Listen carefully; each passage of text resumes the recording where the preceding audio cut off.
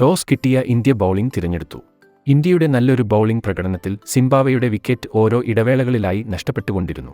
പല താരങ്ങളുടെയും ചെറിയ കോൺട്രിബ്യൂഷനിൽ നിന്നാണ് സിംബാബ്വെയ്ക്ക് 115 എന്ന ലോ സ്കോറിലേക്ക് എത്തിച്ചേരാൻ സാധിച്ചത്. ഇന്ത്യയ്ക്ക് വേണ്ടി രവി ബിഷ്ണോയി 4 വിക്കറ്റും വാഷിംഗ്ടൺ സുന്ദർ 2 വിക്കറ്റും മുകേഷ് കുമാർ, ആവേശ് ഖാൻ തുടങ്ങിയവർ 1 വിക്കറ്റുമാണ് നേടിയത്. ബാറ്റിംഗിനിറങ്ങുന്ന ഇന്ത്യയ്ക്ക് അനായാസം ചേസ് ചെയ്യാൻ സാധിക്കുന്ന സ്കോർ ആയി തോന്നിയവരെ ഞെട്ടിച്ചുകൊണ്ടുള്ള പ്രകടനമാണ് സിംബാബ്വെ കാഴ്ചവെച്ചത്. പവർ പ്ലേയിൽ തന്നെ 4 വിക്കറ്റ് വീഴ്ത്തി സിംബാബ്വെ ഇന്ത്യയെ ഞെട്ടിച്ചു. ശുഭ്മാൻ ഗിൽ പിടിച്ചുനിന്ന് കളിക്കാൻ ശ്രമിച്ചെങ്കിലും ഇന്ത്യയ്ക്ക് വിക്കറ്റ് തുടരെ നഷ്ടമായി. സുന്ദറും ആവേശ് ഖാനും ചേർന്ന് ഇന്ത്യയെ വിജയത്തിലെത്തിക്കാൻ നോക്കിയെങ്കിലും അവസാനം ഓളൗട്ടായി 13 റൺസിന്റെ തോൽവി നേരിടേണ്ടി വന്നു. സിക്കന്ദർ റാസയും ചടാരിയും 3 വിക്കറ്റുകൾ വെച്ചാണ് നേടിയെടുത്തത്.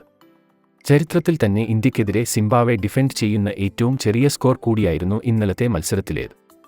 ബാറ്റിംഗിലും ബൗളിംഗിലും ഒരേപോലെ നല്ല പ്രകടനം പുറത്തെടുത്ത സിംബാബ്വെയുടെ ക്യാപ്റ്റനായ റാസയാണ് കളിയിലെ മാൻ ഓഫ് ദി മാച്ച്.